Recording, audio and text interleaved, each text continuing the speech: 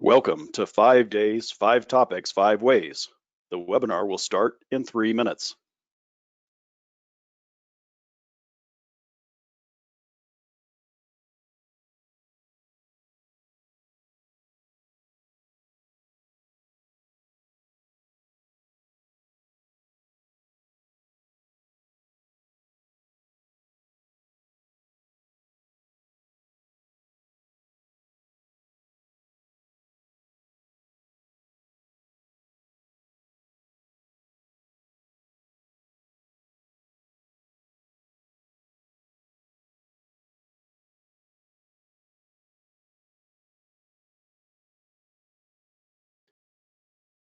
Welcome to 5 Days, 5 Topics, 5 Ways.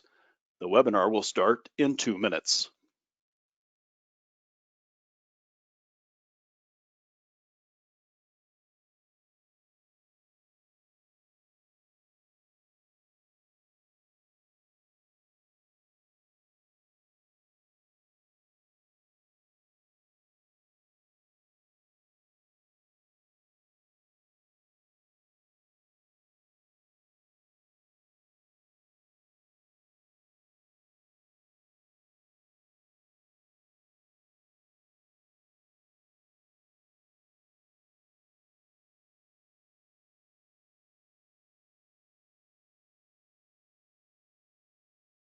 Welcome to 5 Days, 5 Topics, 5 Ways.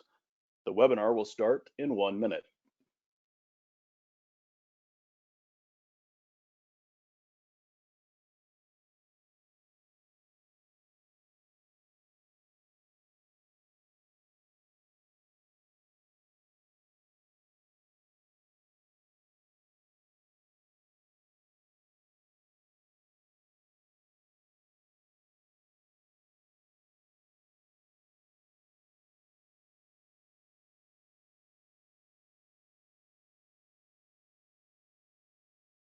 Welcome to 5 Days, 5 Topics, 5 Ways. The webinar will start shortly.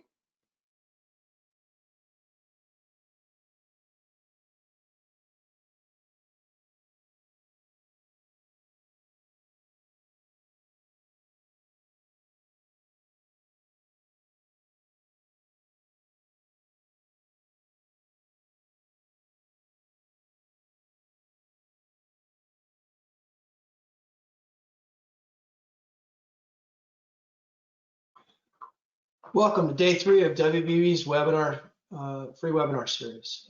5 days, 5 topics, 5 ways you can have an immediate impact on your organization. I'm your host, Don Steyer. It's been a great week so far. We've had amazing presentations on impacting culture and managing change. And if you missed them, we'll make them available to you next week. Today's topic hits home for all of us, one of transition. A successful transition is all about the power of networking and how we can leverage the most powerful tool in our toolboxes to successfully transition from service to serving. A couple items as we get started today, just to reassure you how the GoToWebinar platform works. Your mic is automatically muted and your video is not shared with the screen, so no one else will be able to see or hear you. For any questions or thoughts you want to share, please use the Q&A feature on your screens. You can submit questions throughout the presentation. If we don't get to your question live, we'll send you a message following the webinar. We'll also send you notes from today's presentation, including any resources we may have referenced.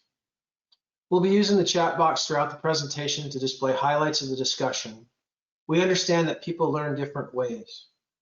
For some of you, you learn best by listening to the presentation. For others, you learn best by reading. We also know some of you are note takers and like to reference what you're learning. So if you learn best by listening, feel free to ignore the chat box. There won't be anything in there you need for the presentation. If you learn best by reading, you'll find helpful notes and references in the chat box. And for those of you who'd like to take notes, we'll send out a follow-up next week with key takeaways and resources mentioned. Now let's meet our 2 presenters for this topic, Sherry Barbeau, who will be interviewing Will Granados. Sherry is coming to us live from Austin, Texas, and has 30 years experience in the public and private sector, and is an expert in leading large, diverse, geographically dispersed professionals. She's an enthusiastic mentor and generous with her time, and is focused on paying it forward to tomorrow's future leaders. Sherry leads our acquisition management competency and works closely transitioning service members as a hiring manager. Sherry will be interviewing Will Granados, who is joining us from Reston, Virginia, our headquarters. Will has 26 years professional experience, who proudly served as a U.S. Marine officer, a Mustang. Part of his career was enlisted and part was as an officer. He was an operations research specialist, and some of his work included historic Marine Corps Ground Combat Element Integrated Task Force experiment that assessed the impact of gender integration on the mission effectiveness and readiness of the Marine Corps. Will leads our Marine Corps market and was instrumental in bringing in the DoD Skill Bridge program to WBB. Welcome, guys, and over to you, Sherry. Great. Well, thank you, Don. And Will, I'm really excited to have this conversation, as I know you are. As I think while it's transitioning from service to serving, I think there are other applications, and I hope we get the opportunity to talk about that as well. So with that, you recently transitioned from uniform service into the role of serving, if you will. What do you remember about that process, and what worked well for you? Awesome. Great question, Sherry. Thanks, Don. Good morning, good afternoon, everyone, depending on where you are, East Coast or West Coast time. So what do I remember? So transitioning for me from being on active duty for 22 years and then going into this world of what lies ahead, right? Honestly, Sherry, it was a blur. It was filled with uncertainty. It was filled with those unknowns, the fears, right? What lies ahead. It was a day on, stay on of what am I going to do now? I had done the same thing, serving this country in the Marine Corps for 22 years, and now I was about to start a new chapter in my life, a new world where the norms are different, relating to people is different, and things are just a little bit different than the military life. So it was a blur, and at the same time, it was a interesting time because of the information that was provided to me, right? So I sort of want to hit that up as well. As I was going through that, there was so much information available. Our military, and not only military, because I know there's folks online looking at transitioning and talking about networking, right? But for me, there's so much information that the military provided as a transitioning military service member. On the same token, there's so much information that's provided for so many people looking at transition. You have to be careful with information overload, right? You have to be able to filter out the noise. You have to be able to understand what's next. And with that, which what we're going to be talking about today, is energizing your network. It's the power of that network that's going to help you get past that hill to the next phase in your life. Planning is important. I felt I started planning early enough. I did not. So for those of you that are going through this or will be going through it, I ask you that you take a simple plan, a straw man, a sketch, an outline, be able to flex with the changing times, right? Today's environment is so different. The pandemic is hitting everyone in a different way. If you've been listening to our webinars, Monday, we talked about the culture. Yesterday, we talked about change is inevitable. And today, we're talking about networking. All those things are important. Have a plan. Be able to scratch the plan if it's not working, because it is your plan. I'm reminded of a quote, and this is important, right? I am the master of my fate and the captain of my destiny. You are in charge of your transition, but be able to learn that the network that is available to you is there to empower you and help you along the process. So I want to pull the onion back a little bit, or peel it back a little bit on that very subject. When you say network, I'm sure a lot of our listeners have different interpretations of what that means. So let's start with, what does it mean to you? And more specifically, who is your network? If you're starting to talk about transitioning, who would you be engaging? Great question. So the power of your network, energizing your network, all these buzzwords of what does that mean? I like to think of it from a more very simple look perspective. It's about relationships. Think about your families, right? You know, let's keep it real. Think about your families. What do you do within a family unit? You develop relationships on a daily basis. Whether it's your husband, wife, your significant other, your children, you're nurturing those relationships on a daily basis. And through that two-way communication, you make that family work. Well, it's the same thing when you look at your network, you know, that professional network, right? It's not something that's out of the ordinary. It's the same thing. We got to keep it simple, right? If you develop relationships with folks that surround you, and then begin to develop relationships with those folks that are outside of your immediate network, then your network begins to grow. Who forms part of that network? Those around you and those that you will meet along the way. I will say that so many ways to make that network grow. If you look at the so many social media platforms, you know, everybody talks about LinkedIn, but I'm telling you, LinkedIn is not the only one, but it's one of those that you should be updating and keeping track of. But whether it's Twitter, whether it's Facebook, whether it's Marine Corps Times, whether it's all these different other resources that will allow you to look at that network and expand your network. So what is network and who's part of it? Anyone that is willing to be able to give you information. Again, I go back to this, keeping it simple. A relationship is a two-way street. Communication back and forth between two entities, which is already a network, right? Because if you think about it from a IT perspective, if you have one computer, you have a laptop, you have a computer. If you have two computers, now you have a network. And all of a sudden, if you look at it from a internet perspective, now you have a wide world web, a network. That's simple. Anyone that you meet along the way, whether it's your coworker, whether it's somebody you met at church, whether it's somebody that you ran across, an old buddy of yours, that is your network. And don't underestimate the ability to engage in conversation and learn to tell your story, right? I think, Sherry, you and I have discussed in times past the power of coming up with your own story. Who are you? What are you doing? Where do you want to go? And have that ability to be straightforward and real with someone, just in the same way that you would be with your family. And let me backtrack a little bit because I want to hit this part.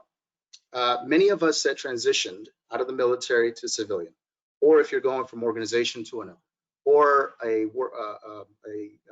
from one place to another, keep in mind that your family is important. That is part of your first initial network. Your husband, your wife, your children. Keep that as a focus as well as you transition, because they're your supporting arm. So think of that as something that's critical as well to keep an eye on. So you touched on LinkedIn, and there's several other resources out there that you can start expanding. And you made the point that your network will continue to evolve. I know one of the things that I experienced was, if the conversation was going real well, would you recommend that you ask who else would you suggest I speak with? Is that an appropriate question? For sure, definitely, Sherry. I mean, you know, the thing is that, you know, going back to the single most important piece, keeping it simple, relationship building. I'll throw another quote at you. Dr. Maya Angelou. She said she had learned that people will forget what you said, people will forget what you did, but people will never forget how you made them feel. So to answer your question, yes, it's quite all right to ask whoever you're talking to. You sort of have to test the waters, right? Certain people will open up to you, give you a phone call, allow you maybe even an in-person meeting. You got to be careful in today's environment. But can you ask them for something? Sure. Should you be pressuring to get something every single time you meet? No, don't do that, because you might push someone that's going to help you along the way in the future. So instead, be able to talk to them about who you are and what you're doing, and learn to ask questions. I've learned that if you get to a point where you ask another person who's giving them or giving you their time, ask them questions. Hey, what worked for you? What challenges did you have? how was your transition period? And I will tell you, in that exchange of information, you build a relationship, and not only that, now you have someone else in your network. And that's critical to what you should be focused on, right? The ability to expand that network and empower that network, because I want to keep harping on the fact that your network will only be as good as how much time and effort you put into it, and keep it real. The many folks that I talk to, if people looked up my LinkedIn account, I have it plastered across my profile there. Attention military transition members, call me for whatever question you may have. And now I might have a whole bunch of people calling me, but that's okay. Why? Because I've gone through the landmines. I don't want you to hit the same landmines. I've learned certain things. I'll give you lessons learned. And then we exchange, information to help each other out. And at the end of the day, that's what it's about. So ask questions of your network. I would assume you're probably going to begin with people that you are the most comfortable with. And that's going to be very easy to ask questions. So I'd like to, because I would suspect some of our listeners are asking themselves, okay, how do I transition the discussion? I've come through how's the family, how's soccer, are your kids in school, are they virtually learning? How do I then transition the conversation into the real purpose of you engaging that network? Yeah. How do I no kidding mechanically make that transition? Great question, right? That is one of those things that we learn. Let me go back to your original question. How did I do it? Right? And sometimes it's best to give an example. I started, like I said, a little later than I wanted to with my transition from the Marine Corps to the private sector. I asked a lot of questions. I read a lot. I went through the transition seminars, and sure enough, I got to the point where my resume spoke about all the great billets that I had filled throughout my military career and the things that I had done, but it didn't really transfer over to talking to someone. And maybe that also applies not only for military transition, but also transition from one career path to the next, right? What did you do? So to answer your question, you have to learn to tell your story. You have to be able to, they taught us, have your elevator pitch ready to go. So I would ask that those that are listening and thinking of transitioning, or you will be transitioning in the future, make sure that you can clearly articulate what you bring to the table, and begin to discuss what you would like to be doing in the future. We look for places to be in the future, organizations to be a part of, companies to work for, where you are happy with what you're doing, where the family is taken care of, where you are value added. So how do you transition that discussion? Begin to talk about the value you bring. Because the minute you bring value to an organization, that recruiter, that person on the other line, their wheels are probably turning to say, this is where this individual can actually help us or fill that role. Does that make sense? So that's how you begin to transition. And Sherry, again, I go back to the basics. It's relationship 101. That other person on the other line is just someone like you who went through the same thing that you're going through, and now they want to be able to help you. And many times you might even talk to a recruiter who could probably put you in a position immediately.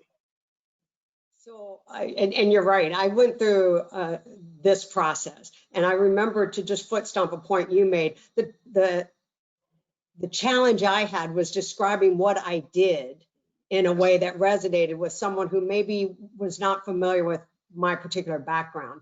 And a suggestion might be, and I'd love to get your thoughts. I always use the inclination that describe what you're doing in a way that someone who is completely not related, and I just say this with most respect, only because I love donuts, like you're talking to the Dunkin' Donut guy, that may not, I had a DoD background, maybe the Dunkin' Donut person did not. And so would what you're saying resonate with them? If you're in the same field, maybe you don't need to change your terminology, but I welcome your thoughts on that. on how do you, if you could go just a little bit deeper on making that translations, and do you have some suggestions for people maybe to practice, or how do they understand if it's coming across? Sure. Your spouse, right? Your spouse is going to be your probably most critical person there, critiquer. They're going to critique you. They're going to give you feedback, right? Sometimes even your kids, right? And start there. I mean, and then again, I go back to learn to tell your story. Does it make sense? Hey, this is what I'm going. Did I say what I want to say? And then also going back to your network. And that is why you develop relationships with certain individuals, both professional, in the military, non-military, all aspects of life, people that you trust, people that can give you constructive feedback and not beat you down for you didn't make sense, you know, don't waste my time type of way. People that want to help you. So one of the areas as well is being able to clearly define and outline what you want to say from what you've done in the past. For those of you in the military, it's probably difficult. You don't know how many times, Sherry, I've read resumes from folks that tell me they were a battalion commander and they were a company commander and they were a regimental commander. What does that mean? Now, to me, it makes sense. It does not make sense for that recruiter that's working for X company. It's not going to make sense for a VP that maybe you're in the civilian sector. They might have heard it, but what does that mean? So there are helps out there. There's your transition office. There's folks like me, like you, here at WB, so many employees that were there, been there, done that, and now want to help you out as you make this transition. Also know your audience. Who are you going to talk to? You know, everyone has a LinkedIn account nowadays, right?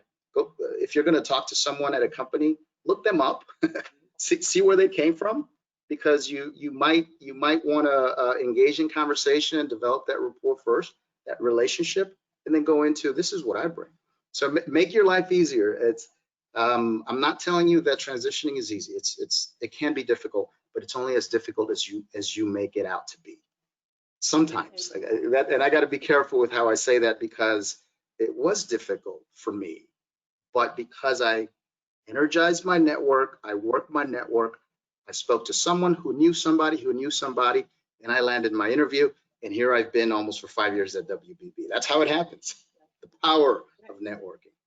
Excellent. And I was smiling because I know, at least with years of my background being from Department of Defense, you often have a complete sentence, and at the end of it, you want to buy a vowel because you've talked in nothing but acronyms. So to be mindful of the language. I'd like to just ask you one more question, because I want to save time for questions from the group out there listening.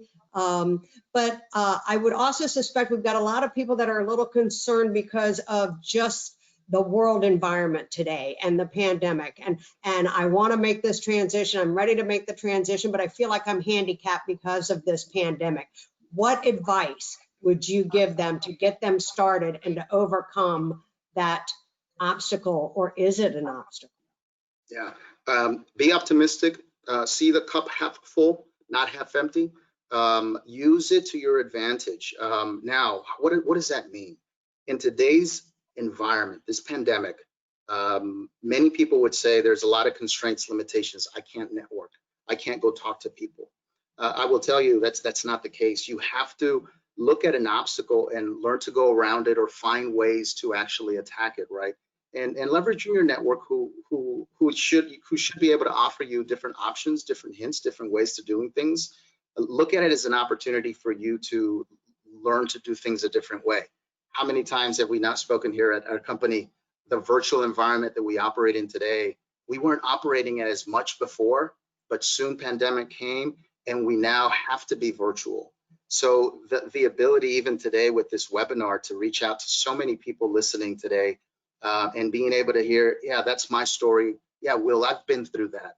I can relate to that. Or yeah, I want to hear more about this. Well, shoot me an email, give me a call, link message, whatever. Use it to don't allow this pandemic or this environment to slow you down. I think that's the biggest thing. And keep in mind the change. Go back to Debbie's webinar yesterday. Amazing. Change is inevitable, but embrace that change and learn to adapt to it, so that you can set yourself up for success in the future. And again, power of network will help you do that. And I think what I heard is don't empower that obstacle. And I would just ask people to keep in mind, chances are the person that you're talking to is also working in a virtual environment. They're used to having the kids in the background or the dog barking or the cat jumping up in your lap. So it's a real environment today, and it's become commonplace that people are used to operating in. So don't empower that obstacle, Will, is what I think I heard you say. So I think that's correct. That's correct. Remember, benefits of network, it'll make you noticeable. It'll give you new opportunities. It'll reassess your qualifications, and it improves your intellect of what's going on. I know Don's here, and I know he's got questions for us, but it's so important to empower that network and understand how to operate in it and outside of it. So that was really good, guys. I really appreciate your time. And then we do have some questions from our audience. But before I do that, I'd like to kind of summarize. It's 5 topics, 5 days, 5 ways. The 5 ways I heard were transitioning careers take time, patience at work. It's normal for it to feel difficult, stressful, and unclear at sometimes. Your network is your most important resource. Build it early. Prepare for networking and engage that network. If hiring a transitioning person, be understanding of their situation, and then be ready for challenges and setbacks because they're going to happen. And in light of that, I have the first question here, and this one's for you. Now, actually, for either one of you, I've seen a lot of service members who wait until very late in the game to start their transition training. When should service members start seriously thinking about transition to their next career? You want to take that one, Sherry? Well, I'll give it from a non-service member perspective, and then Will. I think Will touched on it. Start sooner than you would think that you would need to, because your first couple of engagements, I'll put that in air quotes, you'll probably bumble through. You know, I found myself, talking gibberish the first couple of times that I started talking to people. So you want to hone your message, and you want to be able to clearly articulate, what are you looking for? That may be a challenge, to think about, what are you looking for? So I think start sooner rather than later, because you can always, if it looks like you have a win-win-win situation, you can negotiate a start time that may be more appropriate for you, but you'll learn along the way. So don't let your dream job be your first job prospect that you're out there talking to with your network. Will? For me, Don, I would say to whoever asked that question, it applies for everyone, right? From a military perspective, how many years before? I started at about maybe a year out, but I was sort of fumbling, trying to figure things out, went to a transitioning seminar, Googled everything that I could. And again, going back to that information overload, you have to be careful with that. I would say 2 years. 2 years out should be probably where you're thinking ahead. You're developing a plan, you're tapping into and developing a network of folks. It is very discouraging at times to be told you're too far out yet from your end of active duty service contract. Come back to us in about 30 days. Now, as a military member, and those of you that are on the line, you're thinking, wait a minute, I'm already 6 months out. They won't give me interviews because it's too early. When should I start really worrying, right? I would say don't worry, but continue to discuss and build those relationships. So to answer the question, I would recommend, as a rule of thumb, 2 years out is a good time to begin to develop that. But prior to, you should still always be working that angle on your network. Networking does not start at 2 years. Networking is ongoing actions that you can take. Sure, and maybe ask the question a different way so you're not too far out. The way I did it was I put together an original draft resume, and I sent it to a couple of folks who were in positions where I wanted to be, and I said, what's missing? They did that 3 years out, and the reason I did that is there were certain things in my resume it would have taken a year or two to get, and I knew there were some holes, I just didn't know what they were, right? So I didn't want to waste my time. But really great question, really great answer. So a question for you, Will. What did you find in WBB that facilitated your transition to the contractor world? To me, it was the camaraderie, and how WBB focused on my strengths. I built, sorry, I'm having a hard time reading. I built success working at WBB for 11 years, and with their continuous support and personnel and growth. So what facilitated your transition to WBB? Why did you pick this company? I guess is really what the question is. Awesome. So I interviewed with other companies, large and small. And if my wife was on the line, she'd be like, yeah, he was a stress ball left and right. But at the end of the day, what I was looking for is this, why I chose this. You have to really be honest with yourself and say, this is what I want to do. And this is what I believe in. Whether it's your work ethic, whether it's giving back to the DoD, right? And those are a couple of things that I really focused on. So to me, as a Marine, and those Marines out there will resonate what I'm about to say, and those other service members as well. Core values and the things that I believed in as a Marine, those were important to me. And when I came to WBB and the quality comes standard tagline and how we approach things to provide, clients and organizations the best that we can provide so that it can improve the way they do business, that resonated with me. I am always up for a good task and find ways to help someone else. So the more I give instead of receive, that's how it makes me feel better. So that was my approach. So I chose WBB because they had the same type of values that I believe in. I think at the end of the day, that's what it's about. And I'm happy. You look for places that you want to be happy with, right? And I think that point is key. That it's a two-way street. You're hiring yourself an employer as much as they are hiring an employee. Yes. And so think of it as a good marriage. Absolutely. And the thing that Will spoke about, contribute to that.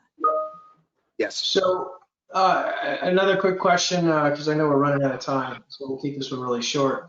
How important is it to be part of professional organizations such as WARS or the acquisition professionals or those types of things? Do they really help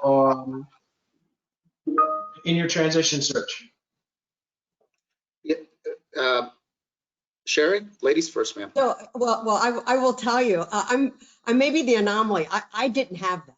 I have it now, but I didn't at the time. So is it a requirement? No, I don't think so. You need to be able to talk about what your contributions are, how you can deliver the results that that organization, public or private sector, is looking for.